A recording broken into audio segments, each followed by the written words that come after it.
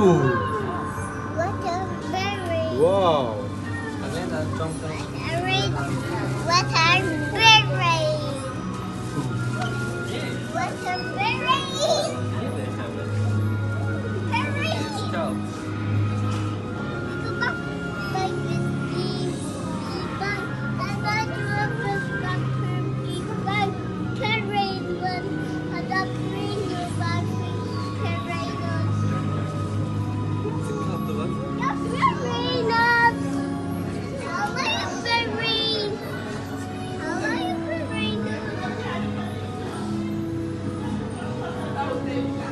Pegang saya bro.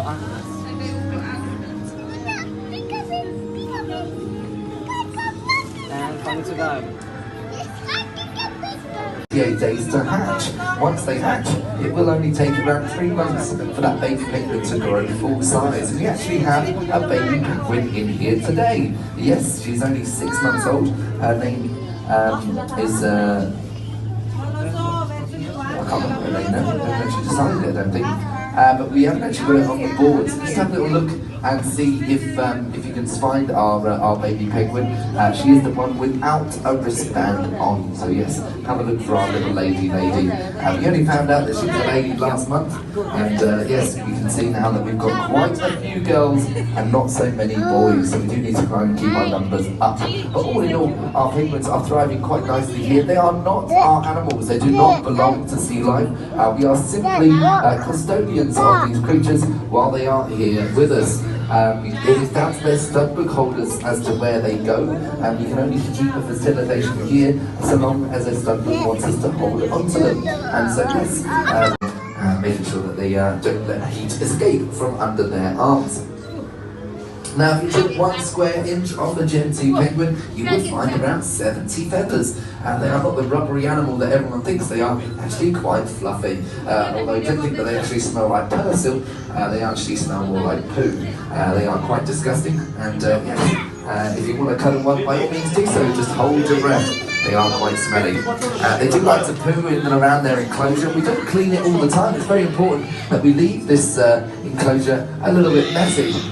Yeah, true. So making sure that we keep it nice and dirty does really help these animals thrive in their captive environment. We do have an ice machine, which we do spread ice in and around their enclosure, making sure that things are kept nice and cold for them, although they do nest on dry patches. Only during the winter spell are we actually keeping things nice and wet for them, but during the summer we will dry things up a little bit in there for them, and making sure that actually that ice is kept to one side, and actually that they're not getting too confused between winter and summer.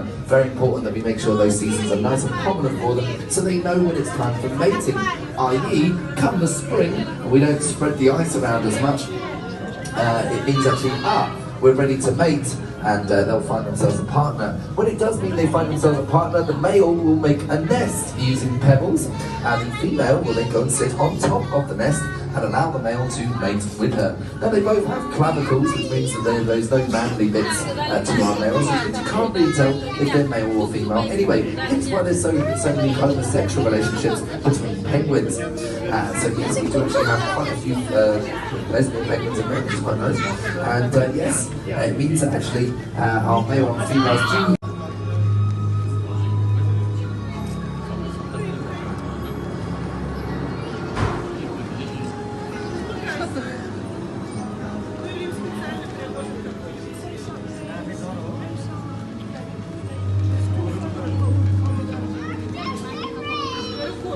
Yes, so ladies and gentlemen, boys and girls, children of all ages, welcome to Sea Life Aquarium in London. My name is Pete, and I'm going to be giving you a brief talk on our penguins that you can see right before you. These are Gentoo penguins, some of the third largest species of penguin on the planet, other than the king and the emperor penguin, which are subsequently a little bit larger.